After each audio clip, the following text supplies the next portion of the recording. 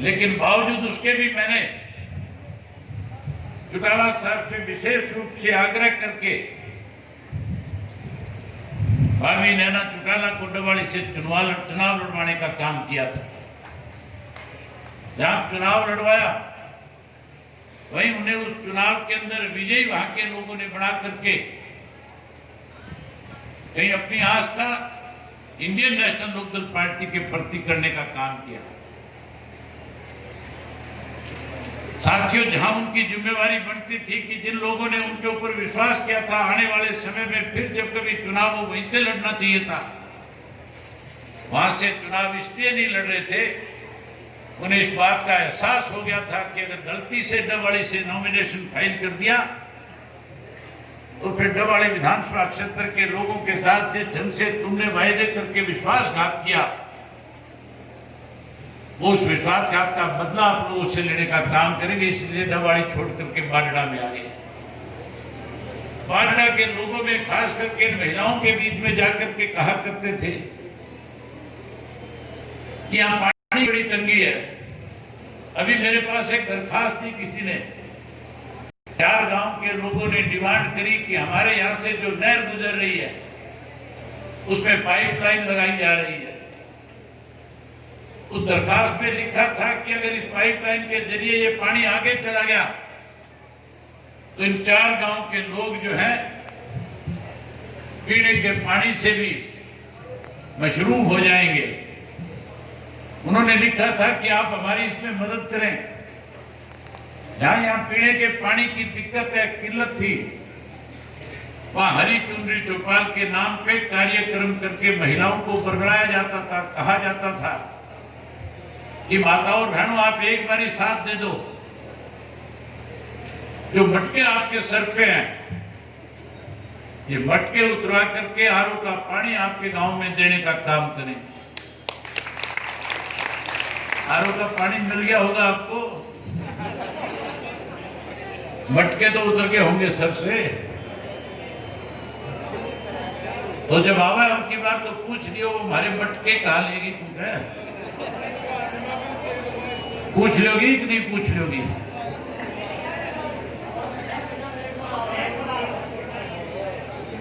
Rest house में आती होगी, महीने में एक बार गांव में नहीं आती होगी।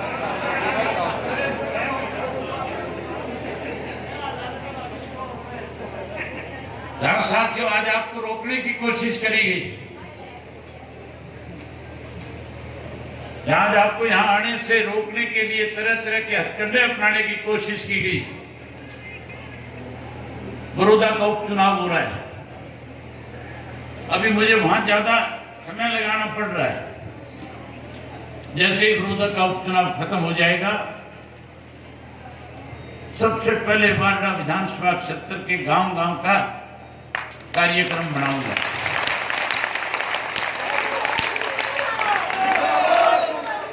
जहां आपके गांव गांव में आऊंगा,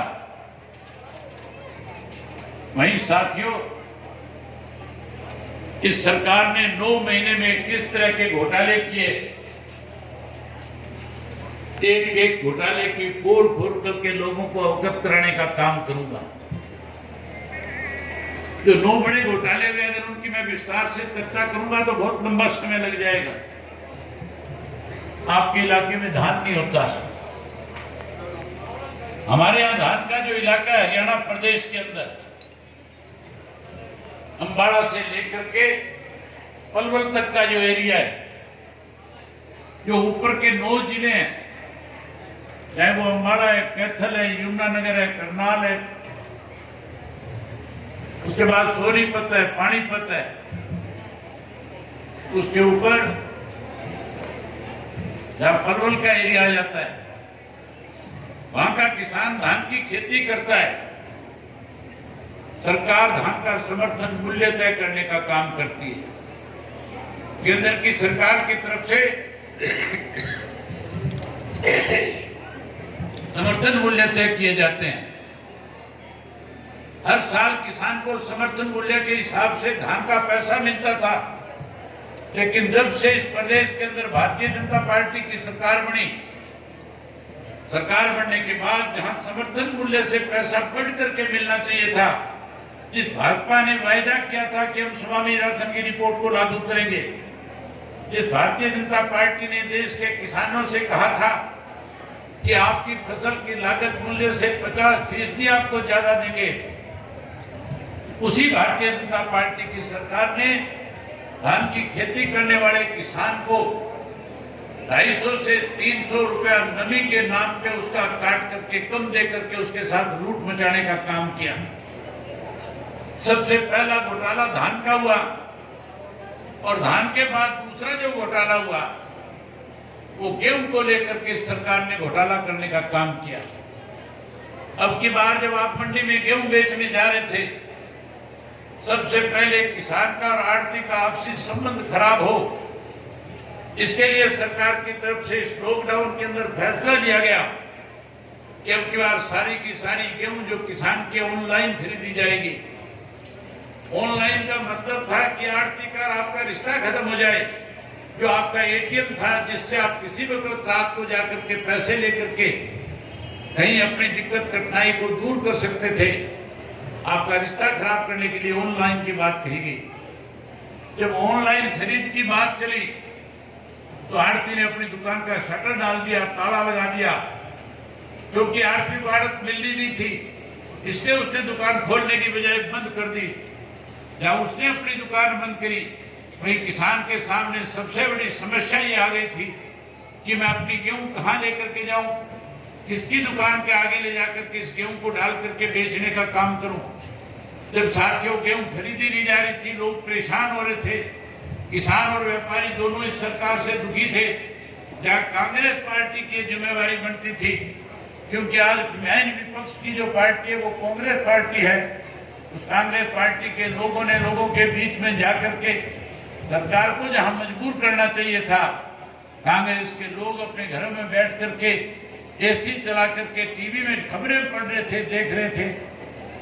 वहीं मुझे चौधरी ओम प्रकाश चौटाला जी ने कहा इस महामारी से तो कोई मरेगा कि नहीं मरेगा, लेकिन अगर इसी किस्म के फैसले सरकार लेती रही तो इस प्रदेश का किसान 100% आने वाले समय में मारा जाएगा। इसलिए हमें तुरंत किसानों के आढ़तियों के बीच में जाना चाहिए और जाकर के सरकार को इस बात के लिए मजबूर करना चाहिए कि सरकार की जिम्मेवारी है किसान का एक एक दाना खरीदे। मैंने साथियों उसी दिन फैसला कर लिया, अपने कार्यक्रम बना लिए। डबवाड़ी से लेकर के जींद तक की 16 मंडियों में जब मैं गया तो सरकार ने रातों रात अपना फैसला बदल करके कह दिया कि हम व्यापारी के माध्यम से तो नहीं खरीदेंगे, लेकिन व्यापारी को 2.5% उसकी आड़त देकर के व्यापारी की दुकान के आगे से गेहूं खरीदने का काम करेंगे। अगर मैं ना जाता तो ना व्यापारी को आड़त मिलनी थी और ना ही किसान की गेहूं सरकार खरीदने का काम कर रही थी। सरकार किसान को परेशान कर रही थी। जहां साथियों किसान को परेशान करने के लिए सरकार में बैठे लोगों ने जो 17,000 करोड़ रुपया केंद्र की सरकार की तरफ से गेहूं के लिए प्रदेश की सरकार को दिया गया था, वो पैसा इसलिए केंद्र की सरकार देती है कि प्रदेश में अंदर गेहूं सरकार खरीद करके उसका एक एक दाना केंद्र के पूल में डाल करके जहां वो सरकार अपना कमीशन ले, वहीं किसान को समय में पैसा दे करके सरकार के प्रति विश्वास बढ़ाने का काम करें। लेकिन हैरानी की बात है, इस लॉकडाउन में जहां पैसा एडवांस देना चाहिए था, अब की बार इस सरकार ने 1.5 महीने तक किसान की गेहूं की पेमेंट को रोक करके 800 करोड़ रुपया बैंक से उसका ब्याज लेकर के आपस में बांटने का काम किया। किसान को परेशान किया, 800 करोड़ रुपया खा गए। उसके बाद जो तीसरा बड़ा घोटाला हुआ था साथियों, वो शराब का घोटाला था। लॉकडाउन चल रहा था, मुख्यमंत्री हमारे साथ टेलीविजन पे वीडियो कॉन्फ्रेंसिंग करके कह रहे थे कि सरकार के सामने रेवेन्यू की दिक्कत है, हम चाहते हैं शराब के ठेके खुल जाए। मुख्यमंत्री उस दिन ये कह रहा था कि मैं चाहता हूं रजिस्ट्रियां खोल दी जाए। हमने कहा रजिस्ट्री खोलो, हमें कोई आपत्ति नहीं है, लेकिन अगर शराब के ठेके आपने इस लॉकडाउन के दौरान खोल दिए तो फिर लोगों के घरों में बहुत बड़ी दिक्कत और कठिनाई हो जाएगी। लॉकडाउन में कोई घर से बाहर जा नहीं सकता, और जब शराब लेकर के कोई व्यक्ति अपने घर में पहुंचेगा, उससे आने वाले समय में बच्चों के बीच में बहुत से विवाद खड़े हो जाएंगे।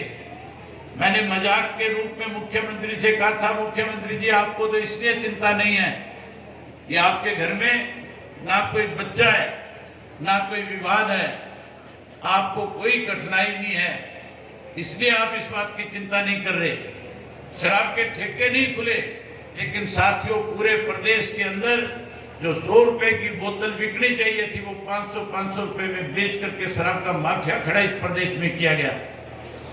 जहां शराब के सारे जितने ठेके थे बंद थे, सारे जो शराब के गोडाउन थे जिनके ऊपर सील लगी हुई थी, इन बीजेपी और जेजेपी के लोगों ने मिलकर शराब माफिया के साथ गोदामों के पीछे से खिड़कियां तोड़ करके उसमें रखी हुई शराब निकाल करके लोगों के बीच में बेचने का काम किया।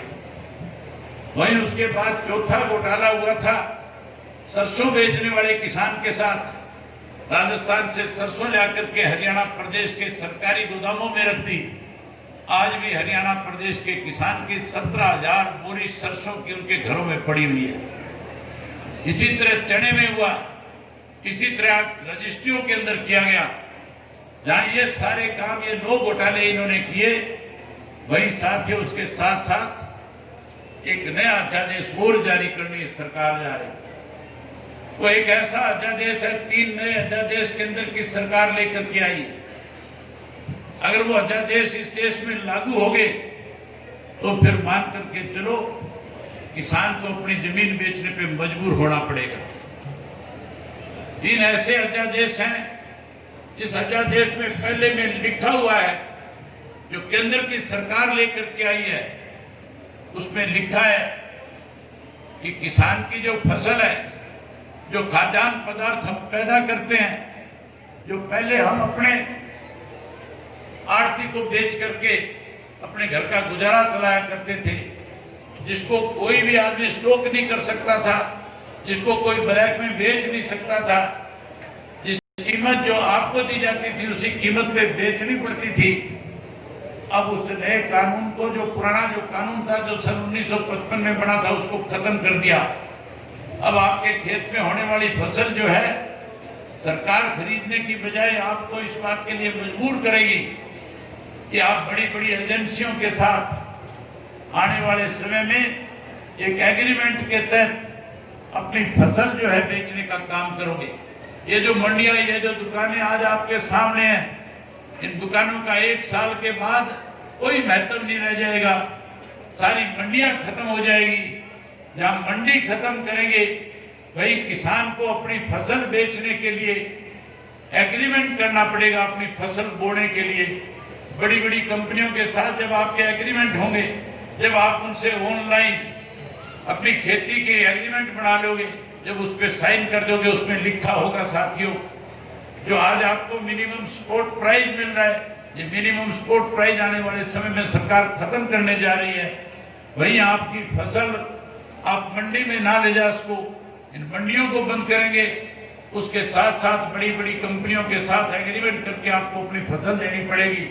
अगर वो चीज लागू हुई तो एग्रीमेंट में साफ लिखा होगा कि किसी किसान के पास अगर 5 एकड़ जमीन है, अगर वो अपनी तरफ से बड़ी कंपनी के साथ एग्रीमेंट करके कहेगा कि मैं तेरे को 100 क्विंटल गेहूं देने का काम करूंगा, आपसे एग्रीमेंट बना लिया जाएगा कि 100 क्विंटल गेहूं हम तेरे से खरीदेंगे। लेकिन जिस दिन आपकी गेहूं पक करके तैयार हो जाएगी, उस दिन जिस एजेंसी के साथ आपका एग्रीमेंट होगा, उसके मैनेजर आपके बीच में आएंगे और वो मैनेजर आकर के आपके गेहूं में हाथ डाल करके कहेंगे कि गेहूं का पकाव सही नहीं है। फिर आपसे कहेंगे कि इसका साइज जो हमने आपके साथ एग्रीमेंट में लिखा था वो साइज नहीं है, ये अंडर साइज की गेहूं है, इसलिए हम आपकी गेहूं की फसल को नहीं खरीद सकेंगे। साथियों, आपकी 100 क्विंटल गेहूं आपके घर में छोड़ करके चले जाएंगे। आप उस एग्रीमेंट के तहत किसी कोर्ट का दरवाजा नहीं खटखटा सकोगे, आप किसी कोर्ट पे नहीं जा सकोगे। उसमें लिखा है कि आप किसी कोर्ट में जाने के बजाय एसडीएम को अपील करोगे। एसडीएम सरकारी अधिकारी है, सरकार जो उसको आदेश देगी वो उसको मानने का काम करेंगी, वो उसकी पालना करेगा। किसान का गेहूं जब घर में पड़ा होगा तो फिर मान के चलो कोई ना कोई दलाल किस्म का व्यक्ति आपके बीच में आएगा, आपकी गेहूं की कीमत 500-700 रुपए कम करके आपको सस्ते में बेचने पे मजबूर कर देगा, ताकि आने वाले समय में किसान पनप ना सके, किसान आगे ना बढ़ सके। इसलिए साथियों, आज जो सरकार इस किस्म के एग्रीमेंट बनाने जा रही है, आज इस किस्म के रेजुलेशन, इस तरह के कानून बनाने के लिए अध्यादेश जारी कर रही है, ऐसी सरकार को प्रदेश देश से उखाड़ा जाए। इसके लिए आपसे एक निवेदन करने के लिए आया हूं कि आने वाले समय में जहां बड़ौदा का उपचुनाव हो रहा है, उस उपचुनाव के लिए भी आप यहीं से बैठे बैठे वहां टेलीफोन पे लोगों से बात करो, उनसे कहो कि भाजपा से पीछा छुड़वाओ, कांग्रेस फिर से सत्ता में न आ जाए। अगर कांग्रेस सत्ता में आई तो ये कि कांग्रेस भी उसी तरह जैसे पहले किसान को परेशान करती थी। बड़ी हैरानी की बात है, सरकार जब ये अध्यादेश लेकर के आई थी, उस अध्यादेश के अंदर साथियों, जहां कांग्रेस की जिम्मेवारी बनती थी, उसका विरोध करना चाहिए था। इस देश के अंदर 10 राज्यों के अंदर आज भी कांग्रेस का राज है, जहां आज मुख्य विपक्ष जो है केंद्र के अंदर कांग्रेस की पार्टी है, उसकी जिम्मेवारी बनती थी इस अध्यादेश का विरोध करने की बजाय अखबारों में स्टेटमेंट दे दिया और कह दिया कि ऐसा अध्यादेश लागू ना किया जाए, जबकि उनको सड़कों पे उतरना चाहिए था, केंद्र की सरकार को मजबूर करना चाहिए था। अपने अपने प्रदेश के अंदर जहां कांग्रेस की सरकारें थी, वहां इस तरह के मुजाहरे करने चाहिए थे, इस तरह का आंदोलन खड़ा करना चाहिए था, ताकि केंद्र की सरकार मजबूर होकर के इस अध्यादेश को लागू ना करती। लेकिन साथियों, कांग्रेस और भाजपा जो है, दोनों सदा किसान की विरोधी रही है। उन्होंने सदा किसान को कमजोर करने के लिए नए नए हथकंडे अपनाने के काम किए हैं। इसलिए ऐसे लोग फिर से सत्ता में न आ जाए, ऐसे लोग फिर सत्ता के नजदीक ना फटके, इसके लिए साथियों, आपने जिस ढंग से नए सिरे से चौधरी देवीलाल की नीतियों के प्रति अपना विश्वास व्यक्त किया है, मैं आपसे एक निवेदन करूंगा कि अब हमने सदस्यता अभियान चला रखा है, आप अपने अपने गांव के अंदर पार्टी के संगठन के साथ और नए लोगों को जोड़ करके, जहां इंडियन नेशनल लोकदल पार्टी को नए सिरे से बड़ी ताकत देने का काम करें। वही एक मैसेज ऐसा इस पूरे प्रदेश और देश में दें कि जब 4 साल के बाद विधानसभा का चुनाव हरियाणा प्रदेश में होगा, तो हरियाणा प्रदेश से जहां बीजेपी की सरकार को सत्ता से बाहर करेंगे, वहीं कांग्रेस को सत्ता के नजदीक नहीं फटकने देंगे। इंडियन नेशनल लोकदल पार्टी की सरकार बना करके किसानों के हितों की लड़ाई जिन लोगों ने लड़ी, उनको सत्ता सौंपने का काम करेंगे। मैं उम्मीद करूंगा कि आप इस काम को अंजाम देंगे, आप इसको आखिरी अंजाम तक ले जाने का काम करेंगे। वहीं एक बारी फिर मैं सत्यवान शास्त्री जी का और उन साथियों का जिन्होंने अलग अलग पार्टियों को छोड़ करके इंडियन नेशनल लोकदल पार्टी में आस्था व्यक्त करी है, उन सबका स्वागत करता हूं, अभिनंदन करता हूं। वहीं किसान नेता उमेश सिंह जी जो आज इंडियन नेशनल लोकदल पार्टी में शामिल हुए, उनका भी स्वागत है, उनका भी अभिनंदन है। आप सब आए, आप सबने मेरी बात सुनी, आप सबका बहुत धन्यवाद। जय हिंद, जय हरियाणा।